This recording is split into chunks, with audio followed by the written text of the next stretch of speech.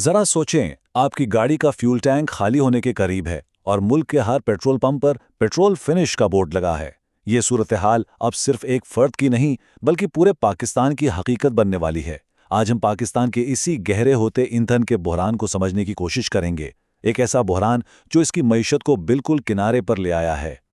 یہ نمبر 25 یہ کوئی عام عدد نہیں ہے، یہ ان دنوں کی گنتی ہے جو پاکستان کے پاس اپنے پیٹرول اور ڈیزل کے ذخائر ختم ہونے سے پہلے بچے ہیں۔ جی ہاں، صرف 25 دن۔ اور یہی وہ بنیادی سوال ہے جس کا جواب ہم آج تلاش کر رہے ہیں کہ جب 23 کروڑ لوگوں کا ملک ایندھن کی شدید قلت کے دہانے پر آ کھڑا ہو تو اصل میں داؤ پر کیا لگا ہوتا ہے؟ اس سوال کا جواب جاننے کے لیے ہمیں سب سے پہلے یہ سمجھنا ہوگا کہ پاکستان کے فیول ٹینکس واقعی کتنے خالی ہیں۔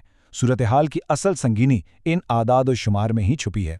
تو دیکھیں، اصل کہانی ان نمبروں میں ہے۔ پاکستان کے پاس پیٹرول اور ڈیزل کا ذخیرہ صرف 25 دن کا رہ گیا ہے۔ خام تیل یعنی کروڈ آئل جو ریفائنریوں کے لیے سمجھیں خون کی حیثیت رکھتا ہے، وہ تو صرف 10 دن کا بچا ہے، اور گھروں میں استعمال ہونے والی LPG وہ بھی صرف 15 دن کی۔ یہ اعداد و شمار ایک خطرے کی گھنٹی ہیں جو بتا رہے ہیں کہ ملک کتنی نازک صورتحال سے گزر رہا ہے۔ تو سوال یہ پیدا ہوتا ہے کہ اچانک ایسا کیا ہو گیا کہ پاکستان اس حالت تک پہنچ گیا؟ اس کی فوری وجہ پاکستان کی سرحدوں سے ہزاروں میل دور مشرق وسطی کے ایک بہت ہی اہم سمندری راستے پر پیدا ہونے والے بحران میں ہے۔ ایران کے ارد گرد جو کشیدگی بڑھ رہی ہے، اس سے آبنائے ہرموز کے بند ہونے کا خطرہ پیدا ہو گیا ہے۔ پاکستان کے لیے یہ تنگ سمندری راستہ ایک لائف لائن کی طرح ہے، کیونکہ اس کی زیادہ تر تیل کی درآمدات یہیں سے گزرتی ہیں، اور اس ایک راستے پر انحصار ملک کو بہت ہی غیر محفوظ بنا دیتا ہے۔ جب آپ کی سب سے اہم سپلائی لائن ہی خطرے میں پڑ جائے تو آپ کیا کریں گے؟ ظاہر ہے آپ ملک کے اندر موجود ہر قطرے کو بچانے کی کوشش کریں گے۔ یہی وجہ ہے کہ اسلام آباد کی حکومت نے کچھ ایسے سخت اقدامات اٹھائے ہیں جو ملک کو ایک طرح کے فیول لاک ڈاؤن کی طرف دھکیل رہے ہیں۔ حکومت ہر ممکن طریقے سے ایندھن کی کھپت کم کرنا چاہتی ہے۔ اس کا مطلب ہے گھر سے کام کرنے کی پالیسی کی واپسی، اسکولوں اور کالجوں کے لیے ایک بار پھر آن لائن کلاسز، اور دفاتر میں صرف ضروری عملے کی حاضری۔ یہ وہ اقدامات ہیں جو لاکھوں لوگوں کی روزمرہ زندگی پر براہ راست اثر انداز ہوں گے۔ اس صورتحال کی سنگینی کا اندازہ اس ایک جملے سے لگایا جا سکتا ہے۔ ایک مبصر کے مطابق یہ اقدامات حیرت انگیز طور پر کووڈ لاک ڈاؤن کی طرح ہیں۔ یہ موازنہ ہمیں یاد دلاتا ہے کہ معاشرت اور معاشرے پر ایک بار پھر مکمل تالا لگنے جیسے حالات پیدا ہو رہے ہیں۔ لیکن آبنائے ہرمز کا بحران تو سمجھیں کہ صرف ایک چنگاری ہے۔ اصل آگ تو پاکستان کی معیشت کے اندر پہلے سے ہی لگی ہوئی تھی۔ یہ ایندھن کی قلت دراصل ان گہرے معاشی مسائل کی ایک علامت ہے جو کئی سالوں سے پنپ رہے تھے۔ یہ بحران ایکس رے کی طرح کام کر رہا ہے، جو معیشت کی ان ٹوٹی ہوئی ہڈیوں کو بے نقاب کر رہا ہے جو شاید طویل عرصے سے نظر انداز کی جا رہی تھیں۔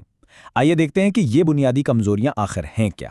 پاکستان کی معاشی کمزوری کی بنیاد 3 ستونوں پر ہے۔ پہلا، ایک نازک معیشت جو پہلے ہی مشکلات کا شکار ہے۔ دوسرا، غیر ملکی قرضوں پر شدید انحصار جو اسے کسی بھی بیرونی جھٹکے کے لیے غیر محفوظ بناتا ہے۔ اور تیسرا، بیرون ملک مقیم پاکستانیوں کی بھیجی ہوئی رقوم جو اب خود خطے میں عدم استحکام کی وجہ سے خطرے میں ہیں۔ یہ تینوں عوامل مل کر ایک ایسا طوفان کھڑا کر رہے ہیں جس کا سامنا کرنا بہت مشکل ہے۔ تو اب اس بگڑتی ہوئی صورتحال سے نمٹنے کے لیے کیا کیا جا رہا ہے؟ اسلام آباد میں وقت کے خلاف ایک دوڑ شروع ہو چکی ہے، جہاں سفارتی اور معاشی دونوں محاذوں پر حل تلاش کیے جا رہے ہیں۔ اسلام آباد اب تیل کے متبادل راستے محفوظ بنانے کی دوڑ میں ہے۔ سعودی عرب سے بات چیت ہو رہی ہے کہ اگر آبنائے ہرمز بند ہو جائے تو جہازوں کو بحیرہ احمر کی بندرگاہ ینبا کے ذریعے راستہ دیا جائے۔ یہ ایک بہت بڑی سفارتی کوشش ہے۔ اس بحران کے اثرات اب عالمی سطح پر بھی محسوس کیے جانے لگے ہیں۔ امریکہ نے پاکستان میں اپنے شہریوں کے لیے ایک سیکیورٹی الرٹ جاری کیا ہے، جس میں ممکنہ مظاہروں اور عوامی بے چینی سے خبردار کیا گیا ہے۔ یہ اس بات کا اشارہ ہے کہ بین الاقوامی برادری کو ملک کے استحکام کے حوالے سے شدید تشویش ہے۔ پاکستان کا بحران ایک واضح پیغام ہے کہ توانائی کی سپلائی لائنز کسی بھی ملک کی بقا کے لیے کتنی اہم ہیں، لیکن یہ ہمیں ایک بڑے اور زیادہ تشویشناک سوال پر سوچنے پر مجبور کرتا ہے۔